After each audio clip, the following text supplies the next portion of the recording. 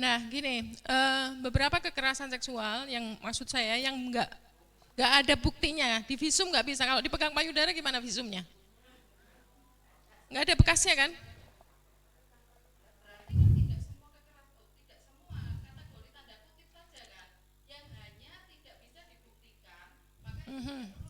Iya, betul. Nah, tapi kalau di sini kekerasan seksual itu tidak perlu ada bukti, itu bisa dimungkinkan gitu loh maksudnya. Di UU TPKS ini tidak mengharuskan korban memberikan bukti, tapi kalau ada ya silahkan gitu kan. Uh-uh.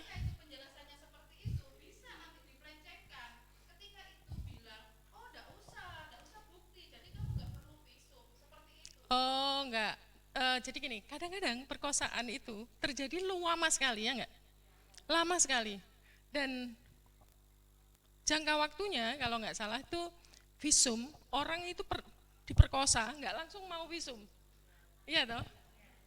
Orang diperkosa bisa saja nggak langsung visum, masih trauma, bahkan nggak mau melaporkan, iya kan? Sehingga visumnya itu menjadi tidak berbicara. Nah, jadi nggak terbukti juga.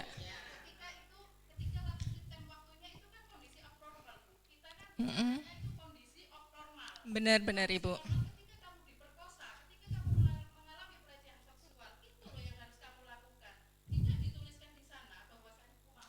Iya, iya, iya, iya.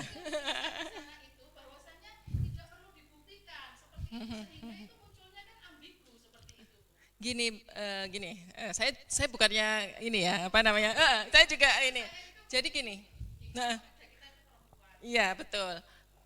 Visum itu kalau ada, ya kalau kasus perkosaan ya, tadi kan saya bilang, kalau datang, kalau dia mau mengajukan tuntutan hukum, maka visum itu menjadi sangat penting, gitu kan.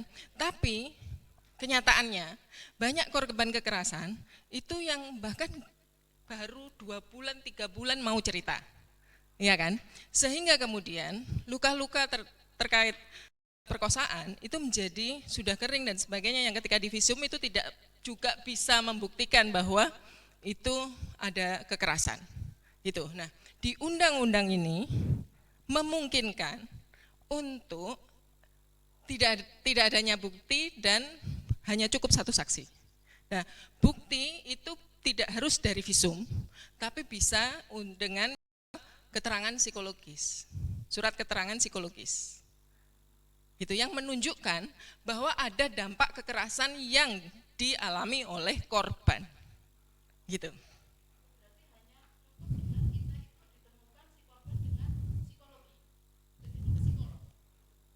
Iya, surat keterangan psikiater juga bisa. Jadi nggak harus, saya bilang kalau nggak harus, itu kalau ada berarti ini ya. Ya, boleh gitu loh. Nggak harus divisum.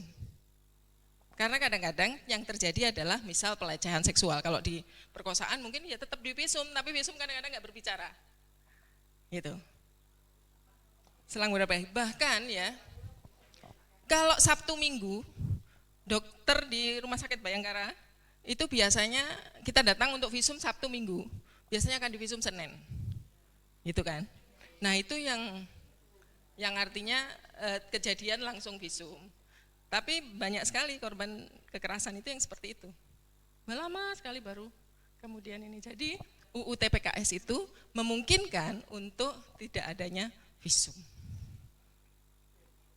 Iya. Ya mungkin bisa lihat ini apa namanya.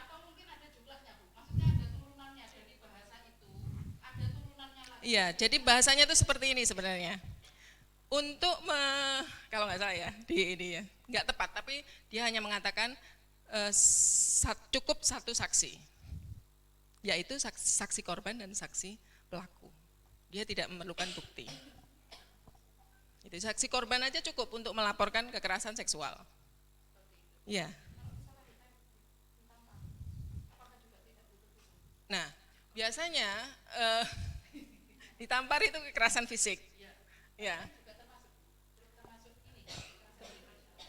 Iya, kekerasan berbasis gender. Iya. Nah, iya silakan divisum, itu akan membuktikan. Tapi kalau misal tadi kasusnya perempuan kan istimewa ya, istimewa. Jadi kadang-kadang beberapa hari gitu nggak ini, jadi ininya juga hilang, iya kan? Bekasnya juga hilang, bekas tamparan itu kan. Dan orang juga kadang-kadang telat karena perempuan kayak mereka mengatakan bahwa ya kekerasan, mendapatkan kekerasan itu atau ke KDRT atau apa gitu ya, itu suatu ya aib gitu ya, yang dia nggak mau cerita. Amin. Ya, bukan. Jadi begini, bukan persoalan lemah atau tidak, tapi dilemahkan.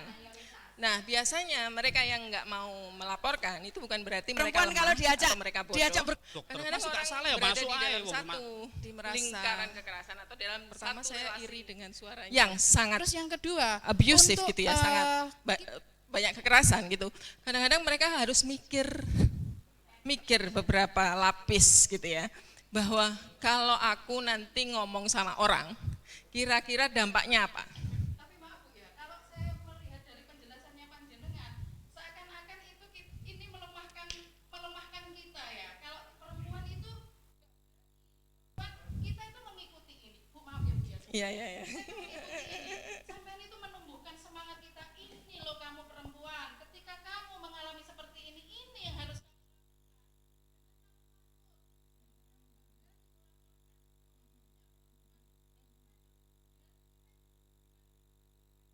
Ya, betul.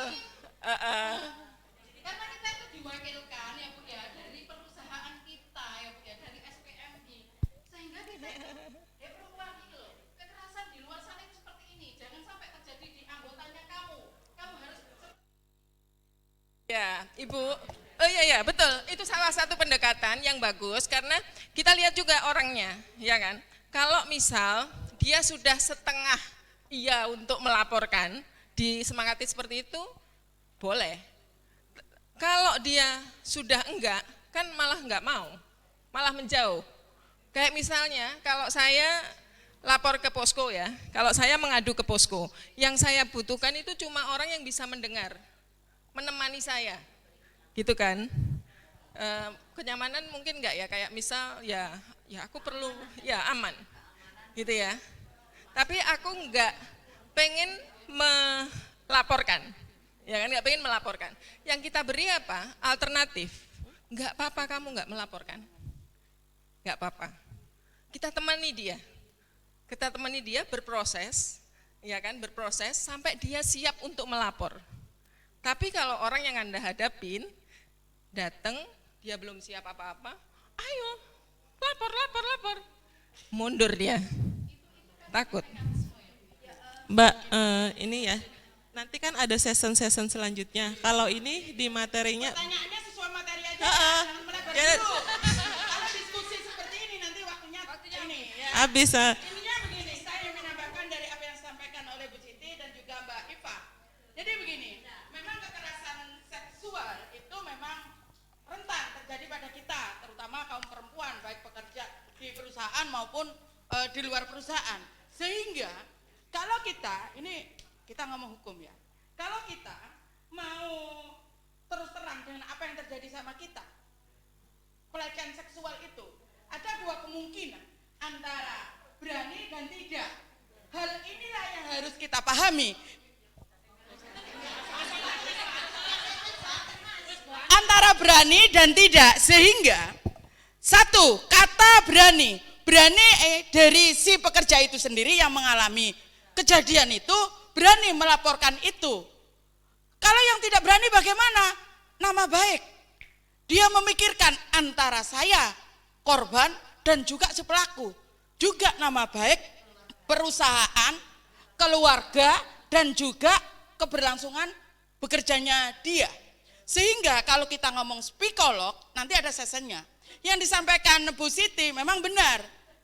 Semua itu bisa kita laporkan dan bisa kita advokasi. Baik melalui visum secara hukum atau tidak.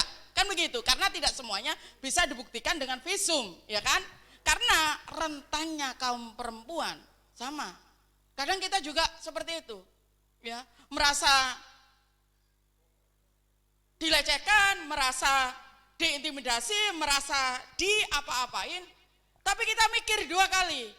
Apakah kita harus proses secara hukum?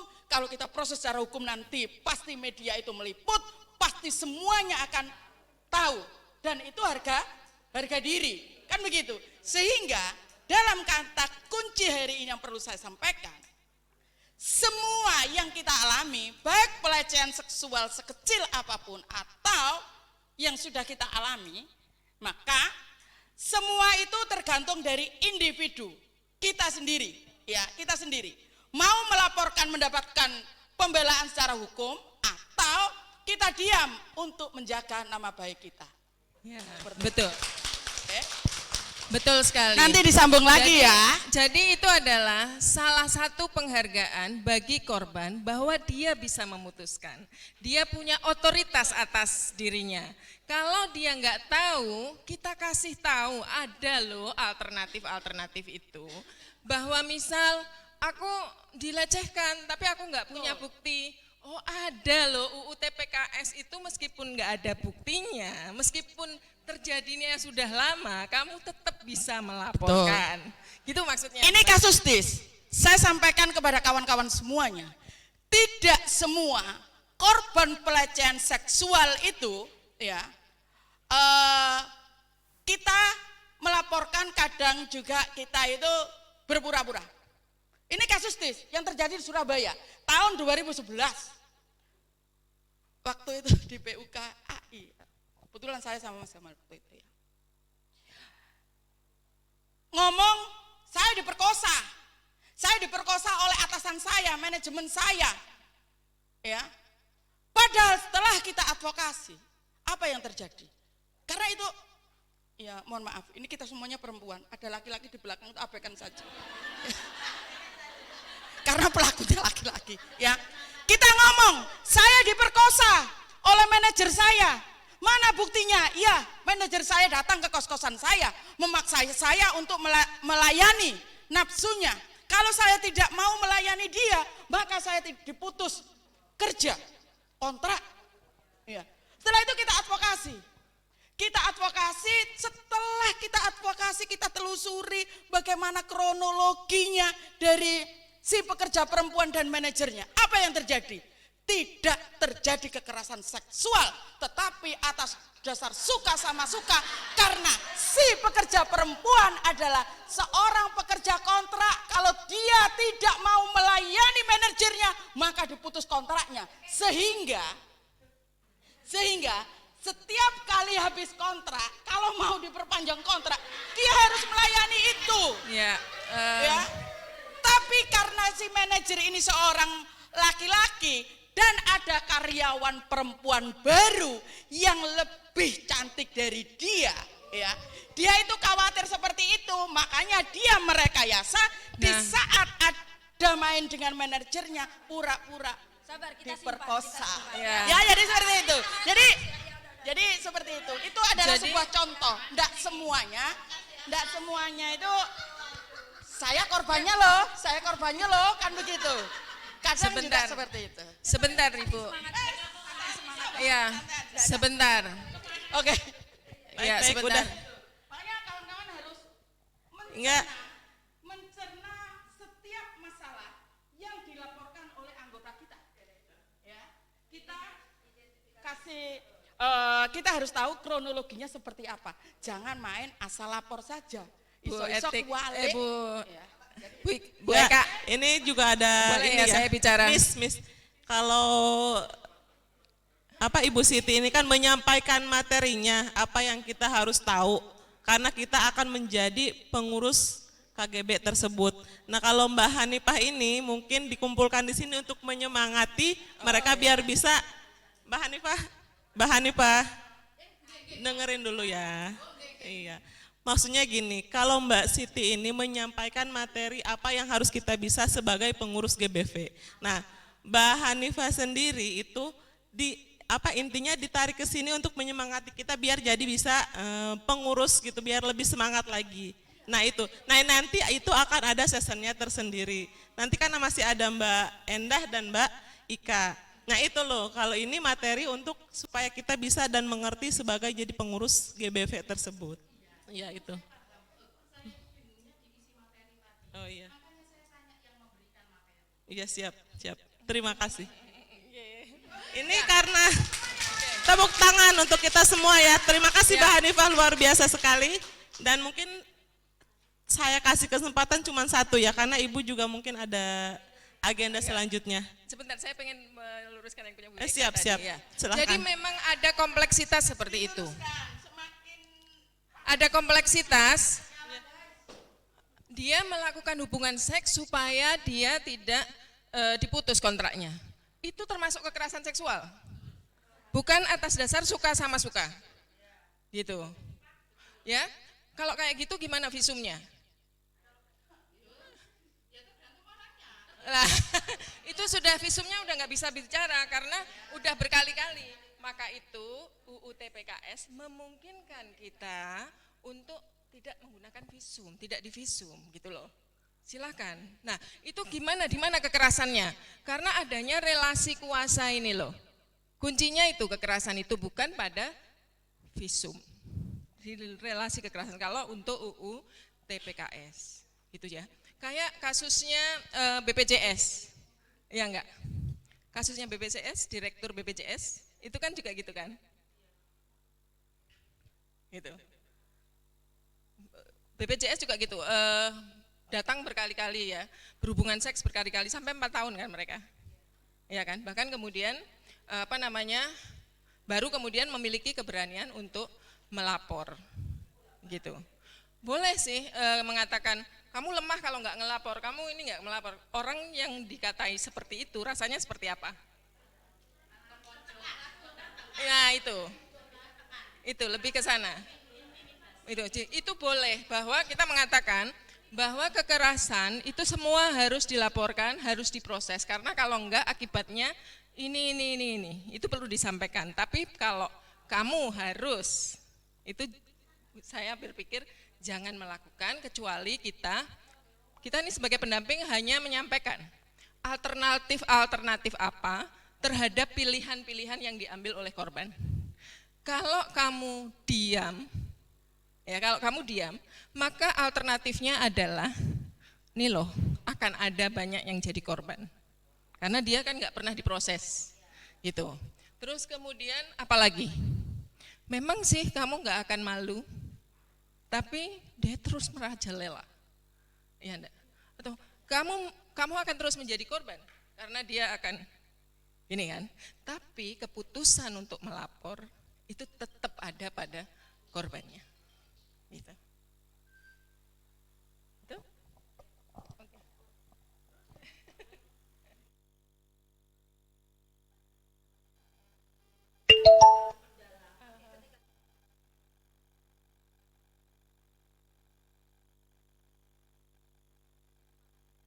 Ini udah luar biasa sekali, Mbak Hanifah, ini luar biasa. Jadi biar menumbuhkan teman-teman juga harus bertanya gitu apa yang tidak mengerti. Baik, satu lagi ya, tinggal satu lagi nih, Mbak. Terima kasih atas waktunya. Nama saya Dwi Nova, saya dari PUK KOT Indonesia. Ya, pertanyaan saya sederhana saja. Apabila kita tidak menang ya dalam melaporkan itu, kita tidak menang, kita tidak bisa dapat kompensasi dari pemerintah, tidak dapat restitusi. Apakah kita sebagai korban masih bisa melanjutkan karena kita masih ingin menuntut si pelaku? Apakah masih bisa itu diteruskan lagi kasus ini? Apakah sudah stop sampai di sini saja? Oke. Ya, sekian, Ya. terima kasih. Perlu saya perjelas di sini kalau restitusi dan kompensasi itu didapat setelah itu masuk ke pengadilan. Jadi untuk kasus-kasus kekerasan seksual itu tidak ada istilahnya penyelesaian di luar pengadilan. Gitu. Jadi harus dimasuk situ. Jadi kalau mau untuk mendapatkan restitusi dan kompensasi ya ini harus dimasukkan, dijalankan dengan proses hukumnya harus jalan. Gitu. Kalau dapat uang sebelum dengan tidak adanya proses hukum, itu namanya upaya damai. Dan upaya damai itu sebenarnya nggak boleh. Upaya damai itu nggak boleh. Gitu.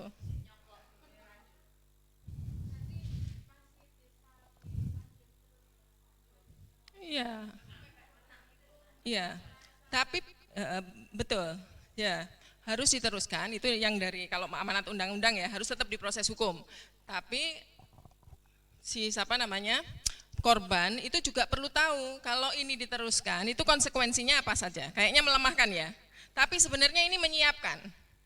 Ya, bahwa proses ini nanti akan bertahun-tahun loh. Gitu ya. Bahwa proses ini nanti ada kemungkinan pekerja itu mendapat diputus kontrak misalnya kayak gitu. Ada kemungkinan itu.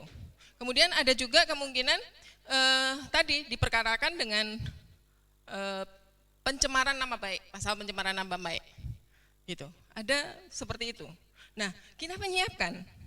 Kita menyiapkan itu. Jadi kalau nanti kemungkinannya seperti ini, apa sih yang harus kita siapkan? Kita bantu disiapkan. Tapi kita kan nggak bisa membantu semua yang dia ini kan.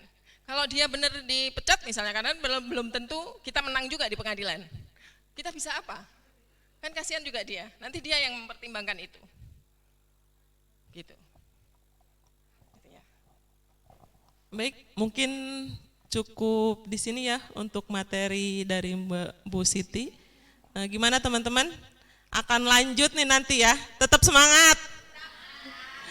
Coba kalau saya bilang perempuan, teman-teman jawab bergerak, berjuang, bermartabat. Oke, biar nggak terlalu ini. Perempuan. Perempuan. Perempuan. EPSPMI. EPSPMI. EPSPMI. Oke, terima kasih Ibu. Kita lanjut kepada pembawa acara ya untuk materi selanjutnya, silakan.